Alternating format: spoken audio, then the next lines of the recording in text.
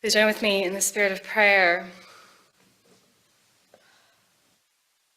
This prayer is adapted from the Reverend Vanessa Southern. She titled it, "Even This Is Enough." So much undone, so much to do. So much to heal in us and the world, so much to find: a meal, a healthy body, a fit one, a lover, a job, a better job, proof we have and are enough just around the corner now. And up against it, the reality of all that falls short and the limits of today. We honor those limits. If your body won't do what it used to do for right now, let it be enough. If your mind won't stop racing and can't think of the word, let it be enough. If you are here utterly alone and in despair, be all that here with us. If today you cannot sing because your throat hurts or you don't have the heart for music, be silent. When the offering plate goes around, if you don't have money to give or the heart to give, let it pass. The world won't stop spinning on her axis if you don't rise to all occasions today. Love won't cease to flow in your direction. Your heart won't stop beating. All hope won't be lost. You are still part of the plan for this world's salvation. Of that I have no doubt. The world needs its oceans of people striving to be good to carry us to the shores of hope and wash fear from the beachheads and cleanse all wounds so they can heal. But oceans are big, and I am sure there are parts that don't feel up to the task of the whole some days. Rest if you must, like a hawk carried on cushions of air. Rest on cushions made to hold weary lives in space carved out of for the doing of nothing much but being. Perhaps then you will feel in your bones, in your weary heart, the aching, healing sense that this is enough, even this. We are enough. You are enough. Enough.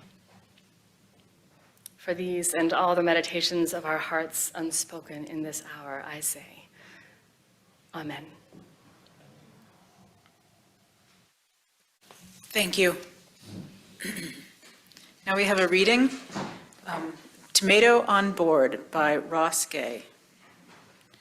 What you don't know until you carry a tomato seedling through the airport and onto a plane is that carrying a tomato seedling through the airport and onto a plane will make people smile at you, almost like you were carrying a baby. I did not know this until today, carrying my little tomato about 3 or 4 inches high in its 4-inch plastic starter plot, which my friend Michael gave to me, smirking about how I was going to get it home. Something about this at first felt naughty, not comparing a tomato to a baby, but carrying the tomato under the plane. And so I slid the thing into my bag while going through security, which made them pull the bag for inspection. When the security guy saw it was a tomato, he smiled and said, "I don't know how to check that. Have a good day." But I quickly realized one of its stems, which I almost wrote as arms, was broken from the jostling, and it only had 4 of them. So I decided I'd better just carry it out in the open, and the shower of love began. Before boarding the final leg of my flight, one of the workers said, "Nice tomato," which I don't think was a come-on. And the flight attendant asked about the tomato at least 5 times, not an exaggeration, every time calling it my tomato. "Where's my tomato? How's my tomato? You didn't lose my tomato, did you?" She even directed me to an open seat in an exit row. "Why don't you guys go there and stretch out?" So I gathered my things and set the little guy in the window seat so she could look out.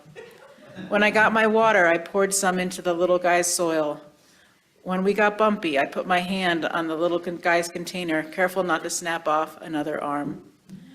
And when we landed and the pilot put on the brakes hard, my arm reflexively went across the seat, holding the little guy in place, the way my dad's arm would when we had to brake in the car that without seat belts to speak of, and one of my very favorite gestures in the Encyclopedia of Human Gestures. You're invited to share your response to the reading with those seated near you. What did it, oh no, okay, never mind that. Wouldn't that have been a lovely gesture?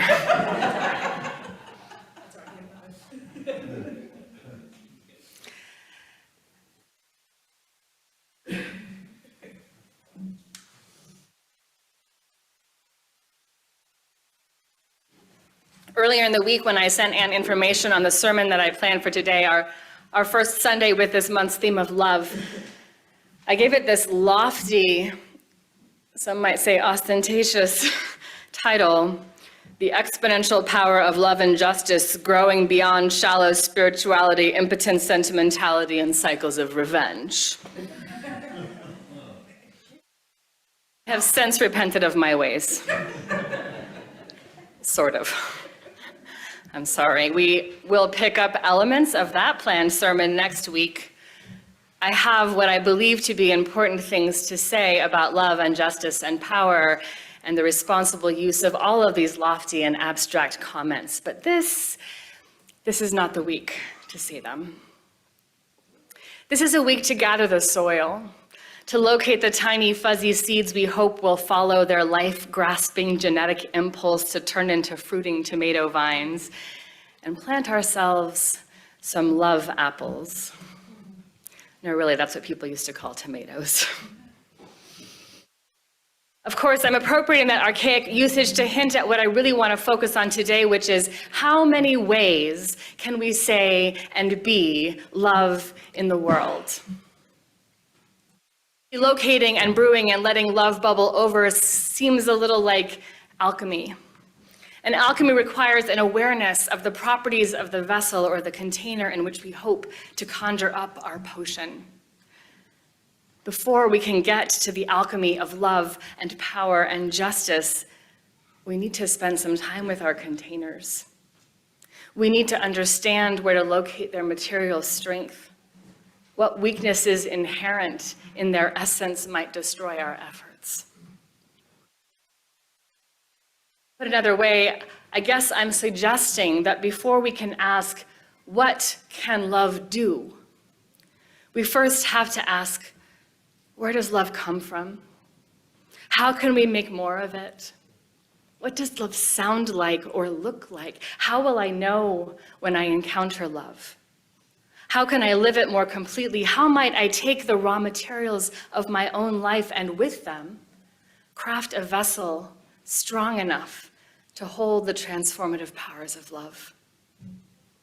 You know, the little things. Tiny, fragile, fuzzy seeds, dirt, water, sunlight, care, faith, life, memory, love. I've struggled to wrestle this sermon into place because it keeps trying to be everywhere at once, kind of like its subject. It's a big, abstract, hard to pin down, means different things to different people kind of topic. Love. And every time I read through my notes for this sermon, I could see two seeds sprouting, the precious heirloom with known genetic provenance that I had planted with intention and ostentation, and the volunteer that was determined to grow despite my initial neglect, and it was determined to draw my attention away and to claim its merit and its right to be watered. That first seed, the one I planted, I kept trying to water, that was a distraction. That was what I had hoped to say about love and justice and power and how imperative it is that we build structures of love that can carry all of that if we have any hope of making a difference in the world. But the other sprout, the volunteer, it demanded that I acknowledge some truths about life and love. Truths that have been coming at us with speed and inflicting wounds, while we as a congregation keep trying to metabolize the sorrows and the losses that we are experiencing.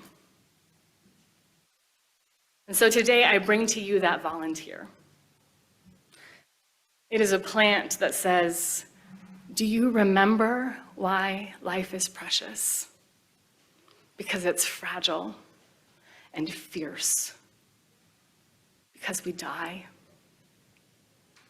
It asks, are you living your life as though it is precious? Because, again, we die.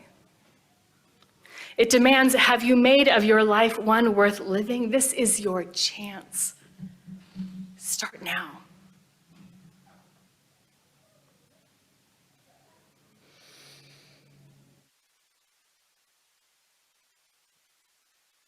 Love. A tender tomato love.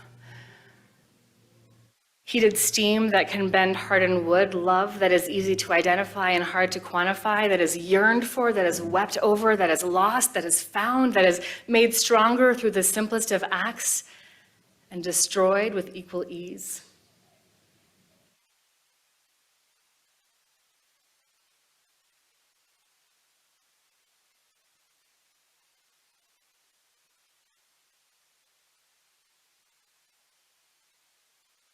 What I want to say to you today is that noticing that love, paying attention to the volunteer and deciding to water it, is a spiritual discipline. It doesn't happen if you don't flex your muscles. It doesn't happen if you don't try to look out and see it, to notice the words, I love you, behind the words, eat your broccoli. It doesn't happen if we don't open our hearts up, prepared to notice the love that is around us in all places. Only if we can let ourselves be aware. The grief psychologist Francis Weller says that humans seem to be the one creature on the planet that repeatedly forgets who we are. We lose presence, we forget to lean into life, and we live half-hearted. We slip into modes of existence that are truly separate from the nature of who we are. And then we have to figure out who we are and what we're capable of, and we have to do that over and over again. And each day we have to remake ourselves as people who know how to live with knowledge of who we are and what our power makes us capable of doing. Several years ago, I read a story about a group of firefighters who got together to fulfill the dying wish of a former forest ranger who had multiple sclerosis. For years, this man had been in hospice care, unable to go outdoors or spend time in his beloved woods. And he confessed a few weeks prior to his death to the hospice workers that he had a desire to be in the woods again before he died. So they worked on a plan to get him out there, but they couldn't do it without assistance. And so they called the local firefighters to assist this man with his wish, and they came through. And in the end, they took him on a 3-hour tour of the woods, wheeling him over trails on his hospital gurney. They would stop at various points along the way so that he could listen to a stream running by or look out over the expansive view. And on the way, sometimes firefighters would pick up a piece of bark from a tree and hold it near his face that he might breathe in the scent of the forest. How many ways can we say, I love you? How many ways can we act on it? One of the firefighters involved described the experience as the highlight of a many-decade career. But it wasn't just these hospice workers who listened to the need, and it wasn't their awareness that they would need to call in help, and it wasn't just the firefighters who took him on his trek, it was also the volunteer firefighters from other stations who agreed to sit in for those firefighters when they took him out. What happened was a rippling out of love that could be lost.